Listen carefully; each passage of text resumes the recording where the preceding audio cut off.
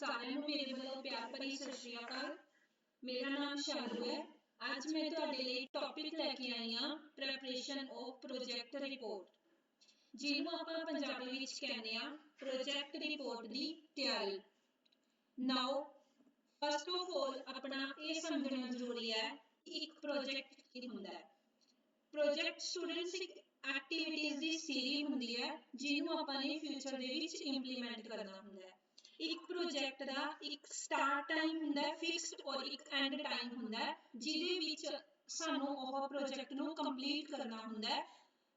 ਸਮਝ ਲਓ ਇਹ ਇੱਕ ਟੈਂਪਰੇਰੀ ਇੰਗੇਜਮੈਂਟ ਹੁੰਦੀ ਹੈ, ਮਤਲਬ ਕਿ ਇੱਕ ਫਿਕਸ ਟਾਈਮ ਦੇ ਵਿੱਚ ਸਾਨੂੰ ਇੱਕ ਪ੍ਰੋਜੈਕਟ ਨੂੰ ਕੰਪਲੀਟ ਕਰਨਾ ਹੁੰਦਾ ਹੈ। ਜਿਵੇਂ ਕਿ ਅਗਰ ਆਪਾਂ ਗੱਲ ਕਰਦੇ ਹਾਂ ਇੱਕ ਬ੍ਰਿਜ ਦਾ ਬਣਨਾ, ਤਾਂ ਬ੍ਰਿਜ ਦਾ ਬਣਨਾ ਕੀ ਹੈ, ਇੱਕ ਉਹ ਪ੍ਰੋਜੈਕਟ ਹੈ।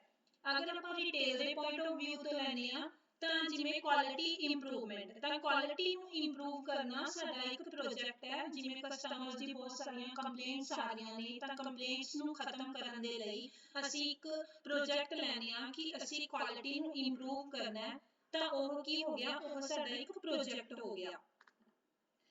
ਨਾਓ ਅਸੀਂ ਗੱਲ ਕਰਦੇ ਹਾਂ ਪ੍ਰੋਜੈਕਟ ਰਿਪੋਰਟ ਦੀ। ਪ੍ਰੋਜੈਕਟ ਰਿਪੋਰਟ ਕੀ ਹੁੰਦੀ ਹੈ? ਪ੍ਰੋਜੈਕਟ ਰਿਪੋਰਟ ਇੱਕ ਰਿਟਨ ਡਾਕੂਮੈਂਟ ਹੁੰਦਾ ਹੈ ਜਿਹੜਾ ਕਿ ਆਪਾਂ ਇੱਕ ਫਿਊਚਰ ਦੇ ਲਈ ਬਣਾਉਂਦੇ ਆ, ਇਹ ਦੇਖਣ ਦੇ ਲਈ ਕਿ ਸਾਨੂੰ ਪ੍ਰੋਫਿਟ ਹੋਏਗਾ ਜਾਂ ਲਾਸ ਹੋਏਗਾ, ਜਾਂ ਸਾਡੀ ਕੀ ਅਪਰਚੂਨਿਟੀਜ਼ ਹੋਣਗੀਆਂ ਜਾਂ ਸਾਡੇ ਕੀ ਥ੍ਰੈਟ ਹੋਣਗੇ। ਇੱਕ ਜਿਹੜਾ ਬਿਜ਼ਨਸਮੈਨ ਹੈ ਜਾਂ ਇੱਕ ਜਿਹੜੀ ਐਂਟਰਪ੍ਰਾਈਜ਼ ਹੈ, ਉਹ ਪ੍ਰੋਜੈਕਟ ਰਿਪੋਰਟ ਕਿਉਂ ਬਣਾਉਂਦੀ ਹੈ? ਉਹ ਇਹ ਚੈੱਕ ਕਰਨ ਦੇ ਲਈ ਬਣਾਉਂਦੀ ਹੈ ਕਿ ਸਾਨੂੰ ਆਪਣੇ ਪ੍ਰੋਜੈਕਟ ਦੇ ਵਿੱਚ ਕੀ ਪ੍ਰੋਫਿਟ ਹੋਣ ਵਾਲਾ ਹੈ, ਕੀ ਲਾਸ ਹੋਣ ਵਾਲਾ ਹੈ। ਸੈਕੰਡਲੀ, ਜਿਹੜੀ ਪ੍ਰੋਜੈਕਟ ਰਿਪੋਰਟ ਹੈ ਉਹ ਪ੍ਰੀ ਡਿਟਰਮਾਈਨਡ ਗੋਲਸ ਨੂੰ ਅਚੀਵ ਕਰਨ ਦੇ ਲਈ ਹੀ ਬਣਾਈ ਜਾਂਦੀ ਹੈ। ਜਿਵੇਂ ਕਿ ਇਹਦੇ ਵਿੱਚ ਵੀ ਲਿਖਿਆ, project report is a record of any sort of project whether it is a school project, business project or research project. ਜਿਵੇਂ ਕਿ ਮੈਂ ਤੁਹਾਨੂੰ ਪਹਿਲਾਂ ਹੀ ਦੱਸਿਆ ਕਿ ਕੋਈ ਵੀ ਲਾਈਕ ਅਸੀਂ ਸਕੂਲ ਵੀ ਬਣਾਉਣਾ ਹੈ, ਸਕੂਲ ਬਣਾਉਣ ਦੇ ਲਈ ਸਾਡੇ ਕੀ ਸੋਰਸਿਸ ਹੋਣਗੇ, ਕੀ ਇਨਕਮ ਸੋਰਸਿਸ ਹੋਣਗੇ, ਕਿੰਨੀ ਲੇਬਰ ਲੱਗੇਗੀ, ਕਿਹੜੇ ਚੀਜ਼ਾਂ ਦੀ ਰਿਕੁਆਇਰਮੈਂਟ ਹੋਊਗੀ, ਕਿਹੜੀ ਟੈਕਨੋਲੋਜੀ ਯੂਜ਼ ਹੋਊਗੀ, ਉਹ ਸਾਰਾ ਇੱਕ ਡਾਕੂਮੈਂਟ ਤਿਆਰ ਕਰਨਾ, ਉਹ ਹੀ ਇੱਕ ਪ੍ਰੋਜੈਕਟ ਰਿਪੋਰਟ ਕਹਿਲਾਉਂਦਾ ਹੈ। Next, sections of project report. Project report ਦੇ ਕਿਹੜੇ ਭਾਗ ਹੁੰਦੇ ਨੇ? ਫਸਟ ਵਨ, ਇੰਟਰੋਡਕਸ਼ਨ, ਮਤਲਬ ਪ੍ਰੋਜੈਕਟ ਰਿਪੋਰਟ ਦੇ ਵਿੱਚ ਸਭ ਤੋਂ ਪਹਿਲਾਂ ਇੰਟਰੋਡਕਸ਼ਨ ਆਉਂਦੀ ਹੈ। ਇੰਟਰੋਡਕਸ਼ਨ ਦੇ ਵਿੱਚ ਕੀ ਹੁੰਦਾ ਹੈ ਕਿ ਜਿਹੜੇ ਪ੍ਰੋਜੈਕਟ ਦੇ ਰਿਗਾਰਡਿੰਗ ਅਸੀਂ ਰਿਪੋਰਟ ਬਣਾ ਰਹੇ ਹਾਂ ਉਹਦੇ ਬਾਰੇ ਸਾਨੂੰ ਫਸਟਲੀ ਇਨਫੋਰਮੇਸ਼ਨ ਦੇਣੀ ਚਾਹੀਦੀ ਹੈ ਕਿ ਕੀ ਪ੍ਰੋਜੈਕਟ ਹੈ ਸਾਡਾ ਤੇ ਕਾਹਦੇ ਬਾਰੇ ਅਸੀਂ ਜਿਹੜੀ ਹੈ ਰਿਪੋਰਟ ਬਣਾ ਰਹੇ ਹਾਂ। ਸੈਕੰਡਲੀ ਪੁਆਇੰਟ ਹੈ table of contents. Table of content ਮਤਲਬ ਕਿ ਜਿਹੜੀ ਵੀ ਸਾਨੂੰ ਸਮੱਗਰੀ ਮਿਲੀ ਹੈ ਉਹ ਕਿੱਥੋਂ ਮਿਲੀ ਹੈ, ਕਿਹੜੀ ਸਮੱਗਰੀ ਹੈ, ਉਹਦਾ ਪ੍ਰੋਪਰ ਟੇਬਲ ਤਿਆਰ ਹੋਣਾ ਚਾਹੀਦਾ ਹੈ। ਮੇਨ ਸੈਕਸ਼ਨਸ, ਜਿਹੜੀ ਅਸੀਂ ਆਪਣਾ ਪ੍ਰੋਜੈਕਟ ਰਿਪੋਰਟ ਬਣਾ ਰਹੇ ਹਾਂ ਉਹਦੇ ਵਿੱਚ ਪ੍ਰੋਪਰ ਸੈਕਸ਼ਨਸ ਹੁੰਦੇ ਆ ਕਿ ਜਿਹੜਾ ਵੀ ਸਾਡਾ ਪ੍ਰੋਜੈਕਟ ਹੈ ਉਹਦੇ ਕਿਹੜੇ ਭਾਗ ਰਹੇ ਨੇ। ਅਗਲਾ ਹੈ ਕਨਕਲੂਜਨ। ਕਨਕਲੂਜਨ ਦੇ ਵਿੱਚ ਸਾਨੂੰ ਪ੍ਰੋਪਰ ਸਿੱਟਾ ਦੇਣਾ ਹੁੰਦਾ ਹੈ ਕਿ ਸਾਡੀ ਪ੍ਰੋਜੈਕਟ ਰਿਪੋਰਟ ਦਾ ਕੀ ਕਨਕਲੂਜਨ ਹੈ। Next one, references. ਰੈਫਰੈਂਸਿਸ ਮਤਲਬ ਕਿੱਥੋਂ ਸਾਨੂੰ ਜਿਹੜੀ ਹੈ ਹੈਲਪ ਪ੍ਰੋਵਾਈਡ ਹੋਈ ਹੈ ਉਹ ਸਾਰਾ ਮੈਂਸ਼ਨ ਕਰਨਾ ਹੁੰਦਾ ਹੈ। ਨੈਕਸਟ ਹੁੰਦਾ ਹੈ ਪ੍ਰੈਪਰੇਸ਼ਨ ਆਫ ਪ੍ਰੋਜੈਕਟ ਰਿਪੋਰਟ, ਮਤਲਬ ਪ੍ਰੋਜੈਕਟ ਰਿਪੋਰਟ ਦੀ ਤਿਆਰੀ ਜਦੋਂ ਆਪਾਂ ਕਰਦੇ ਹਾਂ ਤਾਂ ਉਸ ਟਾਈਮ ਕਿਹੜੀਆਂ ਗੱਲਾਂ ਦਾ ਧਿਆਨ ਰੱਖਿਆ ਜਾਂਦਾ ਹੈ। ਪਹਿਲਾ ਪੁਆਇੰਟ ਹੈ ਪ੍ਰਮੋਟਰਸ ਬੈਕਗ੍ਰਾਉਂਡ ਔਰ ਐਕਸਪੀਰੀਅੰਸ। ਮਤਲਬ ਕੀ ਹੈ ਕਿ ਸਭ ਤੋਂ ਪਹਿਲਾਂ ਆਪਾਂ ਦੇਖਦੇ ਹਾਂ ਕਿ ਕੋਈ ਵੀ ਜਿਹੜੀ ਆਰਗੇਨਾਈਜੇਸ਼ਨ ਹੈ ਜਾਂ ਕੋਈ ਵੀ ਐਂਟਰਪ੍ਰਾਈਜ਼ ਹੈ ਉਹਦੀ ਪਿਛਲੀ ਸਥਿਤੀ ਕੀ ਸੀਗੀ, ਉਹਦਾ ਜਾਇਜ਼ਾ ਲਿਆ ਜਾਂਦਾ ਹੈ। ਨੈਕਸਟ ਵਨ ਹੈ ਪ੍ਰੋਜੈਕਟ ਲੋਕੇਸ਼ਨ, ਮਤਲਬ ਜਿੱਥੇ ਅਸੀਂ ਪ੍ਰੋਜੈਕਟ ਲਗਾ ਰਹੇ ਹਾਂ ਉਹਦੀ ਕਿਵੇਂ ਦੀ ਲੋਕੇਸ਼ਨ ਹੈ। ਨੈਕਸਟ ਵਨ ਦੇਖਿਆ ਜਾਂਦਾ ਹੈ ਕਿ ਜਿਹੜੀ ਕੋਈ ਵੀ ਪ੍ਰੋਡਕਟ ਹੈ ਜਾਂ ਜਿਹਦੀ ਵੀ ਅਸੀਂ ਕੋਈ ਪ੍ਰੋਜੈਕਟ ਹੈ ਉਹਦੀ ਕਪੈਸਿਟੀ ਕੀ ਹੈ। ਮਤਲਬ ਅਗਰ ਆਪਾਂ ਗੱਲ ਕਰਦੇ ਹਾਂ ਪ੍ਰੋਡਕਟ ਦੀ ਤਾਂ ਮਤਲਬ ਕਿ ਉਸ ਪ੍ਰੋਡਕਟ ਦੀ ਕਿੰਨੀ ਕੁ ਕਪੈਸਿਟੀ ਹੈ ਤੇ ਕੀ ਉਹਨੂੰ ਇੱਕ ਮਾਰਕੀਟ ਦੇ ਵਿੱਚ ਲਾਂਚ ਕਰਨ ਦੇ ਲਈ ਕੀ ਉਹਦਾ ਪ੍ਰੋਸੈਸ ਹੋਊਗਾ। ਨੈਕਸਟ ਵਨ, ਪ੍ਰੋਜੈਕਟ ਦੀ ਕੋਸਟ ਚੈੱਕ ਕੀਤੀ ਜਾਂਦੀ ਹੈ ਕਿ ਇਸ ਪ੍ਰੋਜੈਕਟ ਦੇ ਕੀ ਕੋਸਟ ਆਊਗੀ ਤੇ ਕਿਹੜੇ ਜਿਹੜੇ ਫਾਈਨਾਂਸਿੰਗ ਸੋਰਸਿਸ ਹੋਣਗੇ ਇਹਦੇ। ਨੈਕਸਟ ਹੈ ਅਵੇਲੇਬਿਲਿਟੀ ਆਫ ਯੂਟਿਲਿਟੀਜ਼, ਮਤਲਬ ਕਿ ਇਹਦੇ ਵਿੱਚ ਦੇਖਿਆ ਜਾਂਦਾ ਹੈ ਕਿ ਸਾਨੂੰ ਜਿਹੜੇ ਲਾਭ ਹੋਣਗੇ ਉਹਦੀ ਕਿੰਨੀ ਅਵੇਲੇਬਿਲਿਟੀ ਹੋਊਗੀ। ਨੈਕਸਟ ਟੈਕਨੀਕਲ ਅਰੇਂਜਮੈਂਟਸ, ਮਤਲਬ ਤਕਨੀਕੀ ਪ੍ਰਬੰਧ ਜਿਹੜੇ ਉਹ ਕਿਵੇਂ ਦੇ ਹੋਣਗੇ। ਸਾਡੀ ਪ੍ਰੋਜੈਕਟ ਰਿਪੋਰਟ ਚ ਇਹ ਮੈਂਸ਼ਨ ਕੀਤਾ ਜਾਂਦਾ ਹੈ ਕਿ ਜਦੋਂ ਅਸੀਂ ਪ੍ਰੋਜੈਕਟ ਲਗਾਵਾਂਗੇ ਤਾਂ ਕਿਹੜੇ-ਕਿਹੜੇ ਜਿਹੜੇ ਟੈਕਨੀਕਲ ਸੋਰਸਿਸ ਨੇ ਉਹ ਅਸੀਂ ਲੈਣੇ ਨੇ। Next market risk prospects and selling arrangements, ਇਹ ਵੀ ਚੈੱਕ ਕੀਤਾ ਜਾਂਦਾ ਹੈ ਕਿ ਇੱਕ ਮਾਰਕੀਟ ਦੇ ਵਿੱਚ ਕਿਹੜੇ-ਕਿਹੜੇ ਜਿਹੜੇ ਪ੍ਰੋਸਪੈਕਟਸ ਨੇ ਤੇ ਕਿਹੜੇ-ਕਿਹੜੇ ਜਿਹੜੇ ਸੈਲਿੰਗ ਅਰੇਂਜਮੈਂਟਸ ਨੇ ਉਹ ਕੀਤੇ ਜਾਣਗੇ ਇੱਕ ਪ੍ਰੋਡਕਟ ਦੇ ਲਈ, ਜਾਂ ਇੱਕ ਪ੍ਰੋਜੈਕਟ ਦੀ ਕਿੰਨੀ ਕੁ ਜਿਹੜੀ ਡਿਮਾਂਡ ਹੈ ਲਗਾਉਣ ਦੇ ਲਈ। ਨੈਕਸਟ ਹੈ ਇਨਵਾਇਰਨਮੈਂਟਲ ਐਸਪੈਕਟਸ। ਇਨਵਾਇਰਨਮੈਂਟਲ ਐਸਪੈਕਟਸ ਦੇ ਵਿੱਚ ਦੇਖਿਆ ਜਾਂਦਾ ਹੈ ਕਿ ਵਾਤਾਵਰਣੀ ਪੱਖ ਦੇਖੇ ਜਾਂਦੇ ਨੇ ਇੱਕ ਪ੍ਰੋਜੈਕਟ ਲਗਾਉਣ ਦੇ ਲਈ।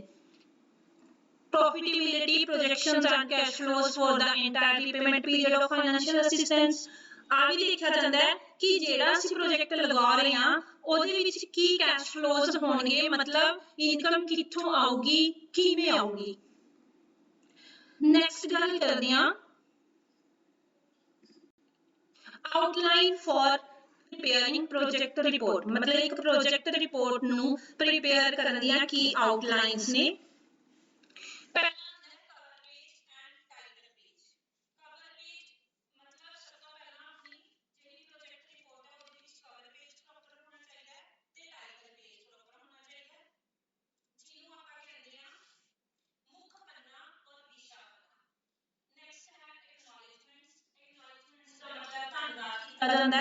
नेक्स्ट बोनाफाइड सर्टिफिकेट्स, मतलब कि सद्भावना सर्टिफिकेट, ਇਹ ਵੀ ਆਪਾਂ ਨੂੰ ਇੱਕ ਪ੍ਰੋਜੈਕਟ ਰਿਪੋਰਟ ਦੇ ਵਿੱਚ ਲਗਾਉਣਾ ਚਾਹੀਦਾ ਹੈ ਜਿਹੜਾ ਕਿ ਬਹੁਤ ਜ਼ਰੂਰੀ ਹੈ।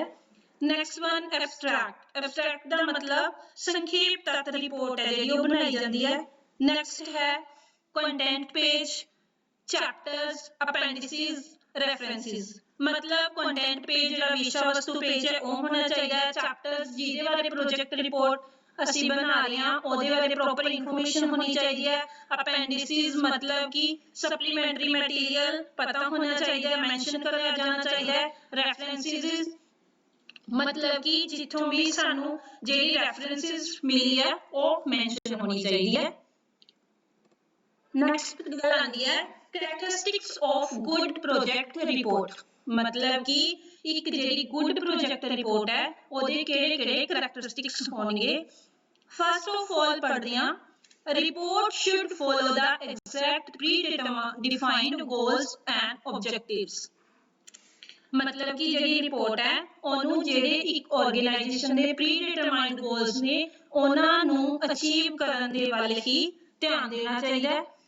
एक प्रोजेक्ट रिपोर्ट एवें दी होनी चाहिए जेडी कि एग्जैक्ट प्रीडिफाइंड गोल्स वाले नू ही फॉलो करे। नेक्स्ट पॉइंट आंदा है the report should always contain the executive summary of the work, मतलब कि एक रिपोर्ट है जेडी वो एवें दी होनी चाहिए कि जिस वर्क जेड़ा प्रोजेक्ट ਅਸੀਂ लगा रहे हैं उस प्रोजेक्ट दे रिलेटेड ही होनी चाहिए अपनी रिपोर्ट बनाई हुई, तां ही वो एक गुड प्रोजेक्ट रिपोर्ट बनी जाऊगी। नेक्स्ट है रिसर्च दी जेडी मैथडोलॉजी है ओदे नाल ही रिलेटेड होनी चाहिए है। नेक्स्ट क्वेश्चनियर दी डिस्क्रिप्शन प्रॉपर होनी चाहिए है। नेक्स्ट इंटरव्यूज दे विच जेडे मैथड यूज होने ने वो भी प्रॉपर इलैबोरेट कीते जाने चाहिए ने।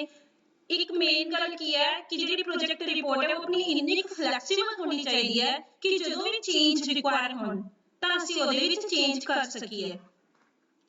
Next project report should be attractive, मतलब साडी जेडी प्रोजेक्ट रिपोर्ट है वो अट्रैक्टिव होनी चाहिए है, मतलब जेड़ा कोई दूजा उस प्रोजेक्ट रिपोर्ट नू पढ़े देखे ओह इंटरेस्ट लै सके, मतलब बोर फील ना करे ओह। नेक्स्ट है project report should be in description, मतलब की है प्रोजेक्ट रिपोर्ट जेडी अपनी इन्नी होनी चाहिए कि ना वो ज्यादा बड़ी होवे ते ना ज्यादा छोटी होवे, जिन्नी चीज़ां उहदे विच रिक्वायर्ड ने, जिन्नी कि एक प्रोजेक्ट नू कंप्लीट करन दे विच सारे सोर्सेस रिक्वायर्ड ने वो प्रॉपर मेंशन होना चाहिए। Next it should be point two point, मतलब कि एक जेडी प्रोजेक्ट रिपोर्ट है वो पॉइंट टू पॉइंट होनी चाहिए, उहदे विच एक्स्ट्रा कुछ नहीं मेंशन होना चाहिए, वो एक ਜਿਹੜੀ ਆਪਾਂ ਪ੍ਰੋਜੈਕਟ ਲਗਾ ਰਹੇ ਹਾਂ ਉਹਦੇ ਆਸ-ਪਾਸ ਹੀ ਹੋਣੀ ਚਾਹੀਦੀ ਹੈ, ਉਹਦੇ ਰਿਲੇਟਡ ਹੀ ਹੋਣੀ ਚਾਹੀਦੀ ਹੈ। Okay, thank you students.